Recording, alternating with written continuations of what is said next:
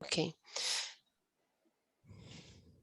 Pronto. Boa tarde a todos. Então, hoje nós teremos a defesa de mestrado do Diego Carvalho de Souza, que é orientado pelo Dr. Alexandre Soares de Oliveira.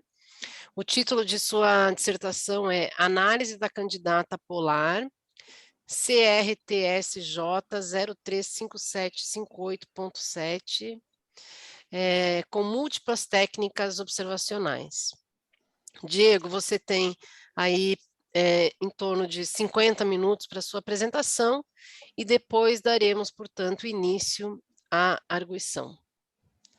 Eu peço para que os participantes, durante a apresentação do Diego, coloquem, por favor, o microfone no mudo. Fique à vontade, Diego. Então, primeiramente, boa tarde a todos. Quero agradecer a presença de todo mundo. Então, como a professora Ângela disse, eu sou o Diego Carvalho de Souza. Eu sou ligado ao programa de pós-graduação em Física e Astronomia da Univap. Vou apresentar o meu trabalho de mestrado orientado pelo professor Dr. Alexandre. O nome é Análise da candidata polar CRTSJ 035758.7 mais 102943 com múltiplas técnicas observacionais. A gente vê que esse nome do objeto de estudo nosso é um pouco extenso, então durante a apresentação eu vou chamar ele de CSS 0357 mais 10, ficar uma forma mais compacta.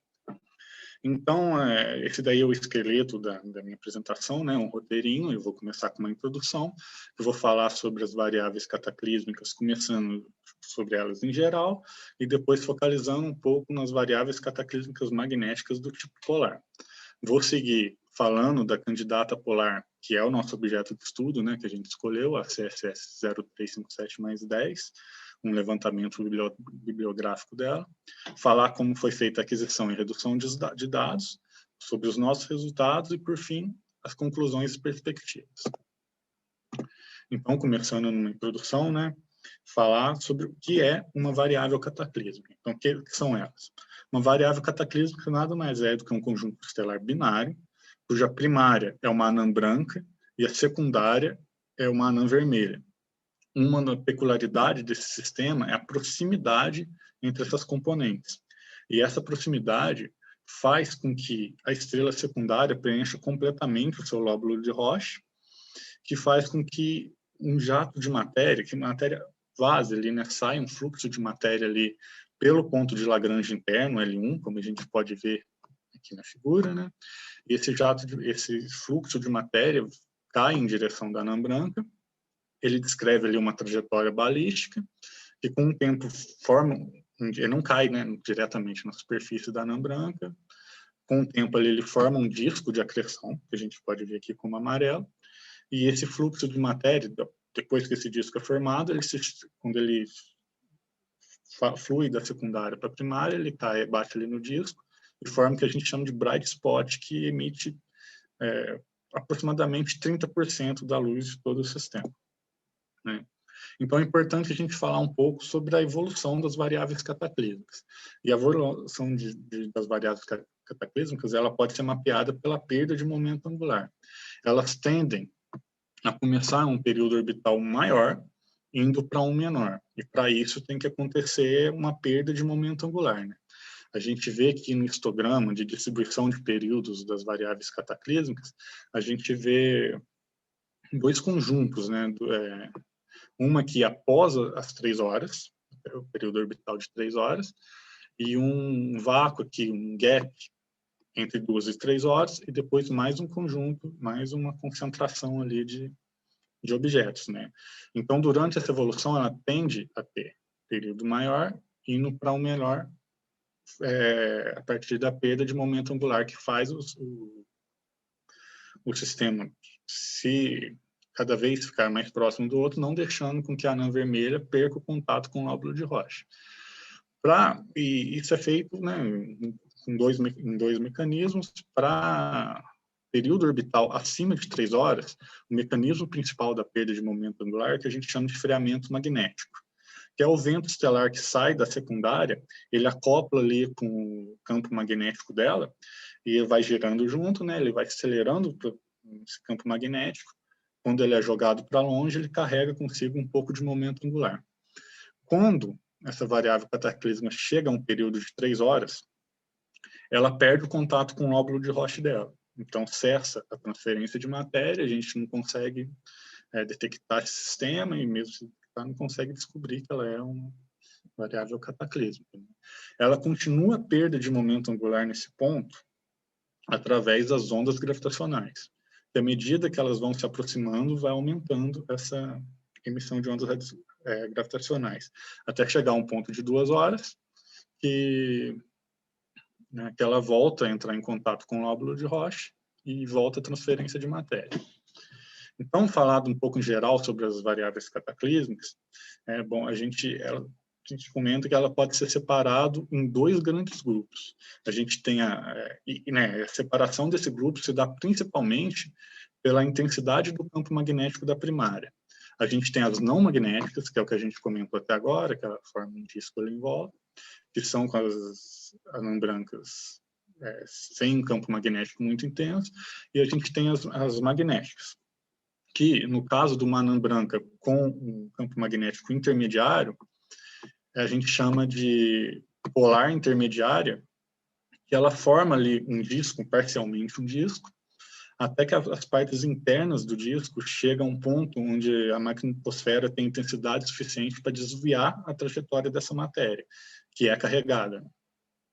Então, essas partes internas do disco, ele é truncada, elas seguem as linhas de campo e se chocam na superfície da anã branca. E a gente tem as variáveis cataclismo-magnéticas com campos magnéticos mais intensos, que ela não deixa qualquer disco ser formado. Essa matéria é capturada ali antes de um disco ser formado, segue essas linhas de fluxo, o fluxo segue as linhas de campo e se choca na superfície da anã branca próximo ao polo magnético dessa. Essas a gente chama de variáveis cataclísmicas magnéticas do tipo polar. E esse campo magnético muito intenso, uma outra característica desse tipo de sistema é que esse campo magnético ele entra em contato, ele tem uma interação com o campo magnético da secundária que faz com que esse sistema seja sincronizado com o período orbital. A rotação da anã branca é sincronizada com o período orbital. Então, falando mais especificamente das polares agora, a gente tem aqui a anã vermelha, preenchendo todo o seu lóbulo de Roche, o fluxo de matéria vindo dela, que ela vem com uma trajetória balística até alcançar um ponto onde a magnetosfera é capaz de desviar esse caminho. Que esse ponto a gente chama de Trieving Region, ou região de acoplamento. A gente pode ver ali que essa região ela não é um ponto, ela é um pouco extensa. Isso se deve porque a gente tem nesse fluxo blocos de matéria mais densos, outros menos densos, e partículas ali formando uma espécie de névoa. Então, os blocos mais densos, eles conseguem entrar um pouco mais fundo, penetrar um pouco mais na magnetosfera, que a gente pode ver que é a região mais extensa, e os menos densos já desviam o caminho antes de penetrar muito na atmosfera. Então, isso faz com que essa coluna de acreção que vai em direção à anã branca, ela não seja homogênea. Então, essa matéria capturada, ela começa a seguir as linhas de campo, só que elas não seguem, nessas linhas de campo, ela vai sofrer a interação devido à força de Lorentz, que vai fazer, como a gente vê aqui, que essas partículas, esses elétrons, façam uma trajetória circular, que somando com o caminho que ele faz ao longo das linhas, ela faz a trajetória circular, fazendo uma espécie de trajetória helicoidal. Então, esse movimento faz com que a luz, nesse ponto, a gente tenha uma alta fração de luz circularmente polarizada. A gente vê aqui, nesses 2 lados da figura, apontado aqui pela setinha, que se a gente olhar ao longo das linhas de campo, a gente vai ver esses elétrons espiralando. Então, o vetor campo elétrico que chega para a gente, ele vai ter a direção preferencial, e vai ser uma luz polarizada, circularmente polarizada. Já quando a gente olha perpendicularmente às linhas de campo, como a gente pode ver aqui onde a setinha mostra, a gente vai ver esse elétron indo para cima e para baixo, emitindo uma porção de luz linearmente polarizada. Então, ele vai fazendo esse movimento ao longo das linhas, até chegar próximo à superfície ali da anã branca, onde se choca perto do polo magnético, que a gente tem aqui. A gente tem aqui nesse lado da figura, né? A gente vê o xizinho, é o polo magnético, então se choca ali próximo. A gente vê os elétrons aqui espiralando, e desse lado à direita a gente vê essas setinhas escuras, né? Eles representam os blocos mais densos de matéria. Esses blocos mais densos, eles se chocam diretamente na superfície da anã branca, aquece ali esse ponto e faz com que ali seja um grande emissor, uma grande fonte de raio-x mole. E a gente vê essas setinhas brancas representa o material menos denso. Esse material não se choca ali direto na superfície da anã branca. Ele forma uma espécie de coluna, que está um pouco mais alto da superfície, que quando essa matéria chega ali, ela choca e vai desacelerar e vai emitir raios-x duros, representados por essas setinhas escuras tortas, que ele vai emitir raio-x duro por Brandstauling, devido a essa aceleração. Boa parte dessa emissão se choca com a superfície da anã branca e faz com que ali também emita raios-x moles, como a gente pode ver aqui indicado pela setinha. Então, essa é uma outra característica muito importante das polares. Elas são fortes emissores de raio-x, sendo que ela tem uma razão alta raio-x mole em relação a raio-x duro. A gente comentou um pouco das evoluções, a gente viu lá um histograma, mas aqui é para focar um pouco mais nessa evolução das polares. A gente vê que as polares intermediárias, a gente vê que a linha mostrando a evolução, né, o período orbital cumulativo delas, elas tendem a ter têm um período um pouco menor do que normalmente. Então, a gente tem as intermediárias polares aqui em azul e as polares em vermelho. A gente vê que as polares ainda têm tendência a ter um período orbital ainda menor, o que indica que talvez possa acontecer que as polares sejam parte da evolução das polares intermediárias. Polar intermediário, a partir do momento que vai diminuindo o período, chega um ponto que se transforma numa polar. Então, agora, falando das características observacionais das polares, né, a gente tem emissão de raio-x, como eu comentei. Essa emissão de raio-x, ela tem a modulação junto com o período orbital, né, refletindo o período orbital, pelo fato dela ser ali na superfície da anã branca ser sincronizada com o período orbital, e a gente vê aqui no pico que ela tem alta variabilidade. Isso é devido aos blocos de matéria que se chocam ali não serem de forma constante, né? Às vezes chega a blocos mais densos, às vezes menos, e às vezes chega mais, às vezes menos. Então, cria uma alta variabilidade em raio-x. A gente tem aqui do lado, quando você tinha aqui um espectro de uma polar. Então, o espectro de uma polar ele é típico tem linhas de emissão de regiões de alta ionização. A gente vê H-alfa, H-beta, a gente tem o hélio 2, que é típico de polar. A gente tem ali várias emissões L1, a emissão aqui C3N3. Né?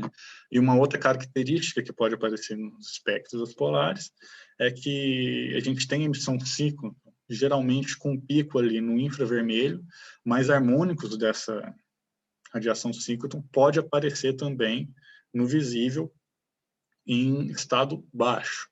É o que eu vou comentar agora, outra característica observacional das polares, a presença de estados baixos e estados altos. A gente vê aqui, né, bem definido, alguns estados mais baixos, outros pontos mais altos, que isso é devido à pressão da matéria ali. Então, o estado alto, ela pode esconder essa radiação síncrotron, o harmônico da radiação síncrotron no visível. E por fim, e principalmente, a principal característica desses objetos, que inclusive dá nome para eles, é uma alta fração de luz circularmente polarizada. A gente vê aqui também, ela tem a modulação com o período orbital, e nesse caso aqui ela chega a 50%. É um valor bem alto, mas é comum uma variável cataclísmica polar chegar ali a 40%, a fração de luz circularmente polarizada. Então, a gente vê que esses objetos eles são ricos em fenômenos ali. Isso pode fazer a gente entender algumas coisas, como o processo de acreção, a evolução de polares intermediários para os polares.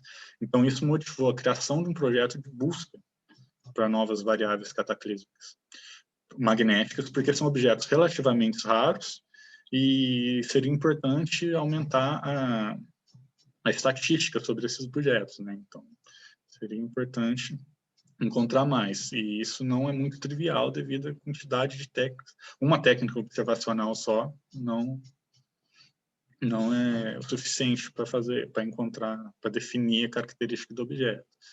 Então, eu fui incluído nesse projeto em 2019, e a CSS 0357 mais 10, que é o objeto de estudo, saiu da seleção das estrelas desse projeto. E agora eu vou falar um pouco sobre ela. Ela foi detectada pelo Catalina Real Time Transit Survey, o CRTS, como transiente em 2009. A gente vê aqui que ela possui estados altos e baixos, né?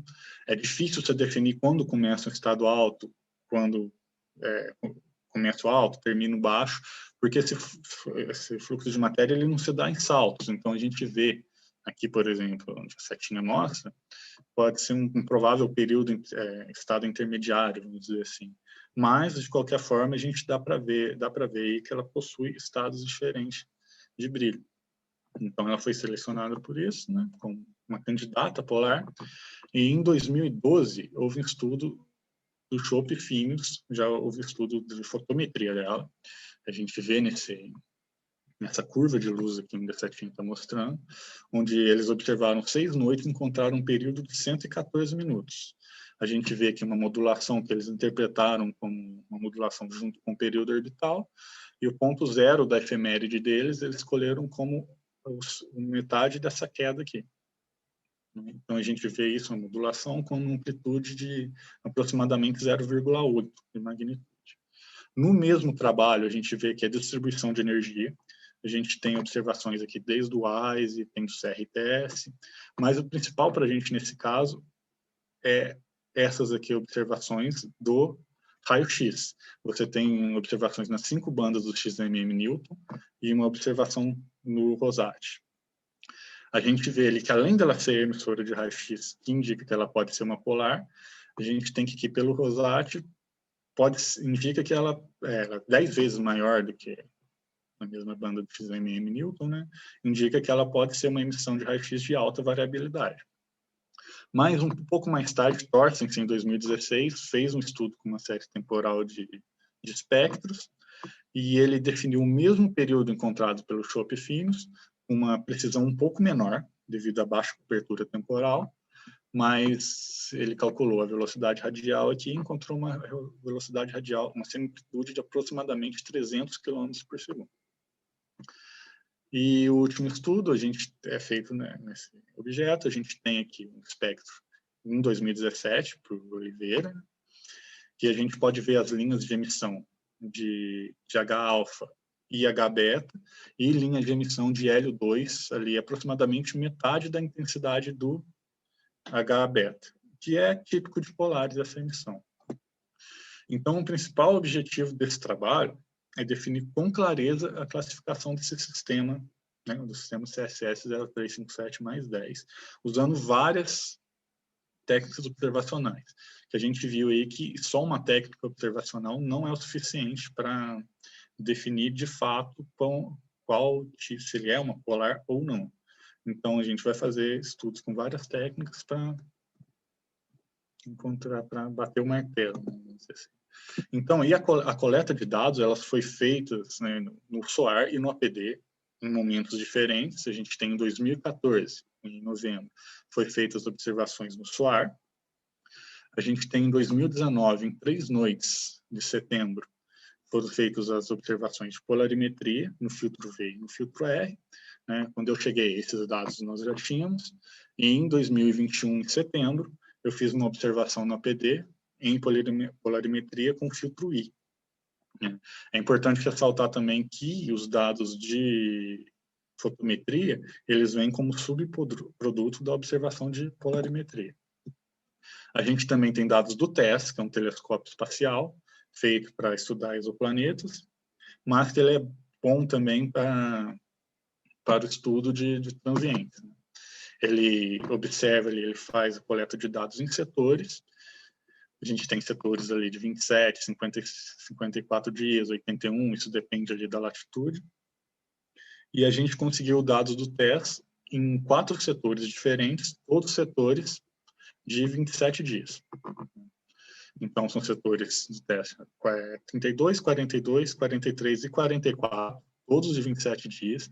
Todos eles, você tem ali um intervalo na curva de luz, que é que quando o teste chega na órbita, chega mais próximo à Terra, ele para de observar para entregar esses dados, e a gente tem uma cadência ali de 2 minutos para cada ponto, o que dá para, que apesar de no TESS a gente trabalhar ali no limite do ruído, ele dá uma boa, né, ele ajuda bem para nós ajudar a encontrar informações sobre o sistema. Então é isso, né? Então, nesses quatro setores, foi observados 1.110 ciclos completos do sistema. Que dá uma boa informação para a gente, porque aqui o teste ele observa o tempo todo ali, não tem problema de noite e tudo mais. Então, feito a captura dos dados, a gente faz a redução. A redução foi feita em redução padrão do IREF, inicialmente. A gente fez a subtração do bias, a divisão pelo flat field normalizado. Aí, isso em todos os tipos de dados. E em cada conjunto de dados diferentes, a gente tem algumas partes específicas de redução, né? A gente tem no espectro, a gente faz a extração do espectro bidimensional para o espectro dimensional. E esse espectro ele vai estar em função de pixels. Então, a gente tem que fazer as calibrações. Né? Uma das calibrações é em comprimento de onda, onde a gente define ali, com a ajuda de um espectro de uma lâmpada, que a gente bem medido em laboratório, a gente define ali cada emissão, né? E cria uma solução com isso para transferir o espectro em função de pixels para comprimento de onda. E fazemos também a calibração em fluxo usando uma estrela padrão, no nosso caso foi GD50, e também a gente usa para ver se essa calibração está acurada do comprimento de onda, a gente usa a linha telúrica, que tem origem na atmosfera da Terra de oxigênio, né, de O1, para ver se ela não varia. Porque como ela está na Terra, ela não vai sofrer a velocidade radial, né, do sistema. Aí na fotometria, a gente tem aqui essa figura, né, uma figura é uma imagem da captura de fotometria. A gente tem um bloco de calcita ali que separa a estrela em pares. Então, a primeira coisa que a gente faz é identificar esses pares. Aí a gente usa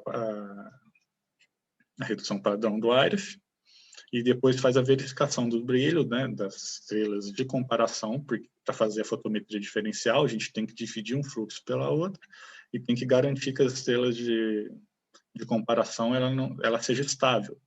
Então, no nosso caso, a mais estável foi a C1. Aí, para a polarimetria, além disso, né, a polarização vem dessa redução também, mas, além disso, a gente tem que determinar o ponto zero da lâmina. A gente tem lá a lâmina de 1/4 de onda, que ela vai girando. Ela tem 16 posições, em diferença de 22,5 graus cada uma, e essa posição muda para cada missão. Então, você tem lá na redução, ele calcula a polarização para todos os ângulos e vê qual que é o menor erro. E tem a calibração também do ângulo linear, do ângulo de polarização linear, que é feita através de uma estrela padrão, para transferir do padrão polarimétrico, para transferir do sistema ali instrumental para o equatorial. Mesmo não sendo bem na parte da redução, compensa comentar aqui também, que vamos ver ali, a gente teve uma medida de polarização linear um pouco alta, então foi importante, a gente calculou a polarização que o campo poderia ter introduzido na nossa medida, né? Então, a gente fez esse cálculo e vimos que o campo não introduz nenhuma polarização relevante. Então, vamos para os resultados. A gente tem aqui 2 espectros médios, do dia 18 e do dia 20 de novembro de 2014. Então, a gente vê que as emissões são típicas das polares que a gente comentou. A gente tem aqui H-beta e o Hélio-2, aproximadamente metade do H-beta. A gente tem H-gama. A gente tem emissões de Hélio-1 e o C3 e N3. Os perfis de emissão não mudam de um espectro médio para o outro. A gente vê que o contínuo é aproximadamente plano, então a gente não tem sinais de absorção que pode ser ligado à secundária, né? Então, na série temporal de espectros, a gente pegou essas 3 principais emissões, né, mais proeminentes, e fizemos um ajuste gaussiano no IRAF para medir a velocidade radial. Então, a gente mediu essa velocidade radial e, teoricamente, essa velocidade radial ela tem que refletir o período orbital do sistema, né? Então, para fazer essa busca por periodicidade, a gente pegou essa velocidade radial e utilizamos a técnica do periodograma lombo-escargo. A gente tem que ela está em ordem igual nessa tabela, né? H-beta, H-gama, Hélio-2. E o período encontrado, a gente vê aliases aí de 2 dias, né? Que cada pico, a frequência de 2 dias, que é a diferença da observação de um dia para o outro, 18 e 20 de novembro. E o período encontrado foi, considerando o erro, é igual ao período encontrado por Schopp e Phineas, que foi que a gente usou para colocar os dados em fase. Então, a gente tem aí, para cada uma das linhas, a gente tem as velocidades radiais em fase, e o ajuste sinodal. Essas linhas laranjas os quadradinhos laranjas são a variação da linha telúrica de oxigênio, a gente vê que não varia muito. A linha azul, ela indica a velocidade sistêmica, se essa velocidade refletir a rotação da anã branca, né? E como ponto zero da efeméride, a gente definiu o ponto de conjunção superior dessa emissão, dessa parte da anã branca. Quando a estrela ela está se afastando para o vermelho, né, uma velocidade positiva, até chega nesse ponto da conjunção superior, ela passa a se aproximar para a gente, indo do positivo para o negativo. Então, a gente calculou essas efemérides como está aí na tabela, né? Esse daí é um espectro empilhado que a gente fez, em caixas de 0,1 fase, e a gente vê que ela faz o movimento típico de binários, como visto ali na velocidade radial, mas a principal informação que a gente tira aqui, a gente vê que os perfis, eles não são constantes, eles mudam o perfil da emissão, o que pode indicar, né, que a emissão do sistema acontece em locais diferentes, né, que tem mais de um ponto de emissão ali. Então, para estudar um pouco isso, a gente fez ajuste de gaussianas duplas no IRAF. A gente separou essas gaussianas pela largura equivalente, que a gente pode ver aqui que elas são bem definidas, né, uma é sempre maior que a outra. Aí, a partir disso, a gente calculou a velocidade radial e a gente vê que a gente tem 2 curvas de velocidades radiais bem definidas aqui. A vermelha, que a gente chamou de componente 1, ela tem uma semi-amplitude ali de aproximadamente 700 km por segundo, e a azul, que a gente chamou de componente 2, ela tem uma amplitude de aproximadamente 300 km por segundo. E a gente tem ali, a gente pode ver o pico, o ponto de maior amplitude, ele tem uma diferença de fase, o que pode indicar que talvez, né, eles são emitidos em pontos diferentes, distintos do sistema. E a gente tem o exemplo do H-beta e do Hélio-2. Chegando na polarimetria, a gente tem aí as curvas, né, de polarização circular em cima. A gente vê uma fração alta de polarização circular e que ela aparentemente possui uma modulação ali. A gente vê um alto valor de polarização linear, que como a gente já calculou a polarização do meio, ela é intrínseca, né? Ela é do sistema, de fato, e também possivelmente tem uma modulação. Essa do filtro V, a gente vê aí do lado no filtro R, ela tem uma amplitude um pouco menor, ela chega ali a 30% de pico da emissão circular, mas o comportamento é bem parecido com a do dia 9. A gente tem no dia 12 de setembro também no filtro R, com um comportamento parecido, né, comportamento igual, e no dia 2 de setembro a gente tem a do filtro I, que apesar de ter um ponto ali no pico, aproximando ao 30%, a impressão que dá é que a amplitude dela é menor ainda do que a da R. Então, para colocar esses dados em fase, estudar essas modulações, a gente balanceou esses dados, né, nivelou os dados e usamos novamente o Lombis-Cargo. A gente pode ver aqui o periodograma, a gente tem 3 padrões de aliases, cada um deles, a diferença entre o pico e o outro é de 1 dia, que é a diferença de observação ali, e a gente vê ele preto, ele preenchido de preto, porque você tem vários dentes ali que aliás, referentes a 2 anos, que é o tempo de observação de 700 e poucos dias dos 2019 para 2021. O período encontrado é o mesmo do Chopp Finos, né, se considerar o erro, então a gente usou novamente o período do Chopp Finos para colocar os dados em fase. Então a gente veio em fase junto com a curva de luz, apesar eu vou falar da curva de luz um pouquinho para frente, mas aqui fica bom para visualização já colocar ela. Então a gente vê que a gente de fato tem uma modulação que pode ser ligada ao período orbital, e que tem de interessante aqui que a gente pode ver que o pico da emissão, que é a emissão no filtro V, bate com o mínimo da curva de luz. E o mínimo da emissão da fração de luz de polarização circular bate com o máximo da curva de luz, o que é esperado para uma polar, já que quando você está vendo ao longo das linhas, você vai ter uma fração maior de luz circularmente polarizada, mas menos quantidade de luz devido à anisotropia ali da emissão. E o mesmo vice-versa aqui. Outro ponto que a gente pode tirar é que a gente vê que de um período orbital para o outro, a gente tem um salto aqui de polarização que pode ser devido à mudança da acreção de matéria ali, que indica que esses sistemas são altamente variáveis. E a possível modulação aqui que a gente vê também da polarização linear, batendo com o mínimo da circular, que é o esperado quando a gente olha as linhas de campo perpendicularmente. A gente vê aqui no dia 10 de setembro um comportamento parecido, só que com amplitude de fração de polarização circular um pouco menor, o mesmo do dia 12 de setembro, e também um comportamento parecido no filtro I, onde a gente vê aqui também, né, a diferença de um ciclo para o outro, a fração de polarização circular ali no pico, que pode indicar alta variabilidade.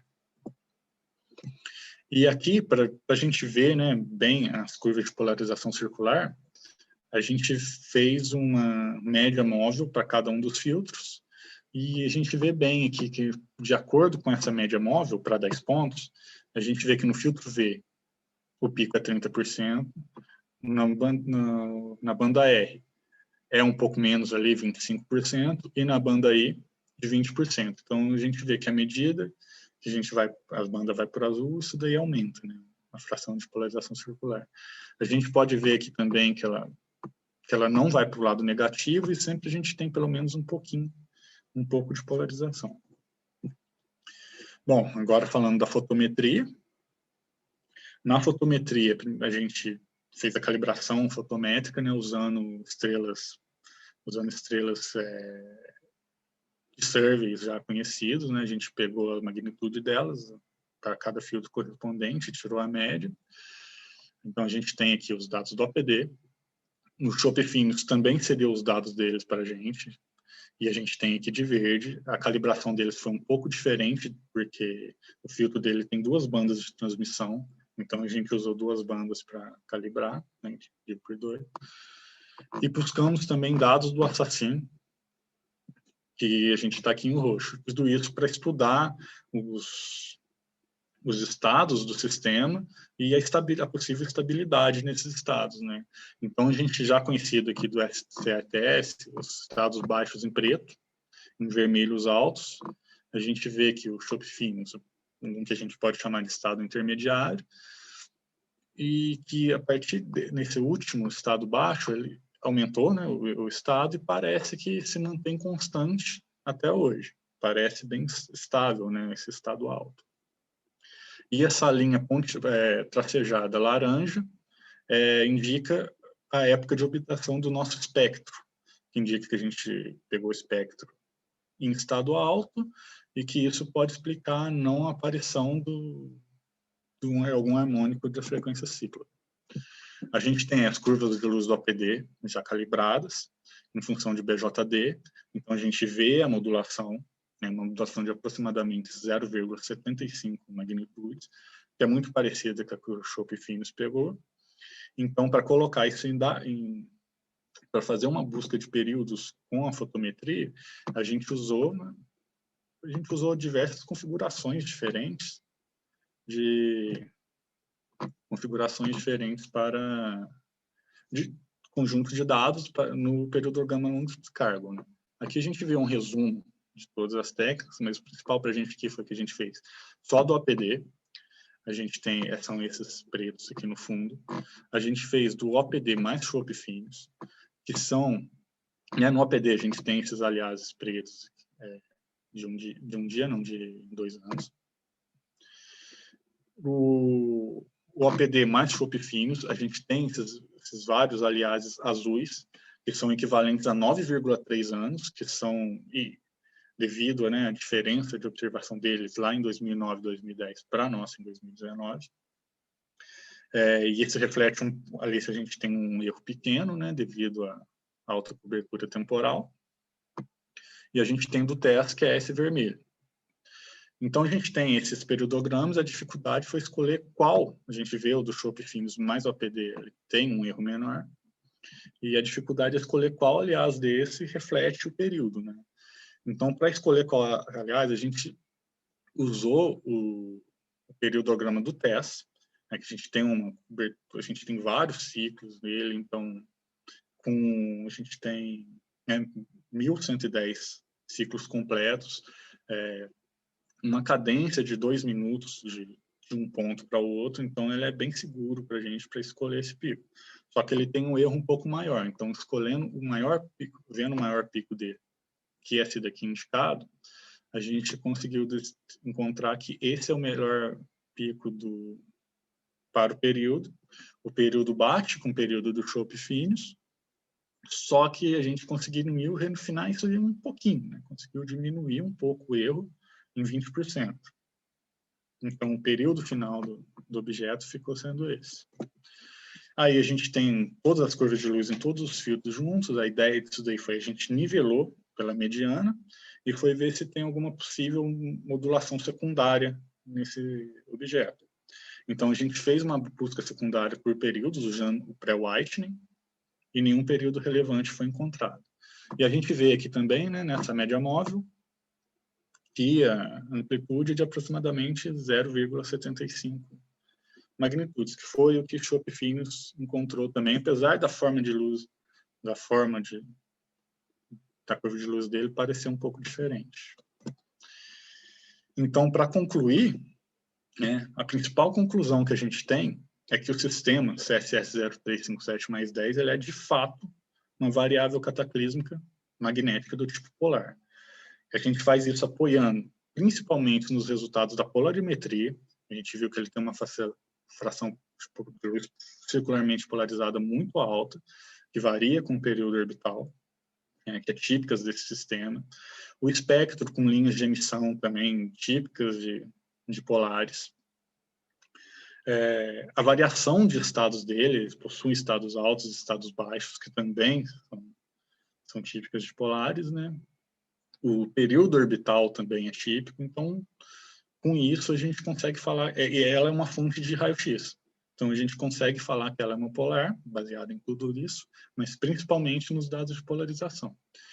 A gente viu que ela é aproximadamente estável, então, ela provavelmente se encontra no estado alto. Ela possui um período de 114,02 minutos, que foi o que Chope-Finos encontrou, só que o erro foi diminuído um pouquinho. A gente, pelas curvas de polarização circular, a gente deduz que talvez, que possivelmente, né, a criação ocorre apenas um polo, porque a gente não tem ali, a polarização não vai para o negativo, e que ela está sempre visível, porque não chega a zero a polarização circular. E usando os dados do XMM Newton, de raio-x, e a distância calculada pelo Gaia, a gente calculou a luminosidade do sistema e viu que ele tem uma luminosidade em raio-x de 3,13 vezes 10 elevado a 29 Hz por segundo. Então, a gente conclui que esse sistema ele é uma variável cataclísmica do tipo polar, e isso é importante para aumentar a nossa estatística sobre esse tipo de objeto, né, fazendo a gente entender eles de uma forma melhor.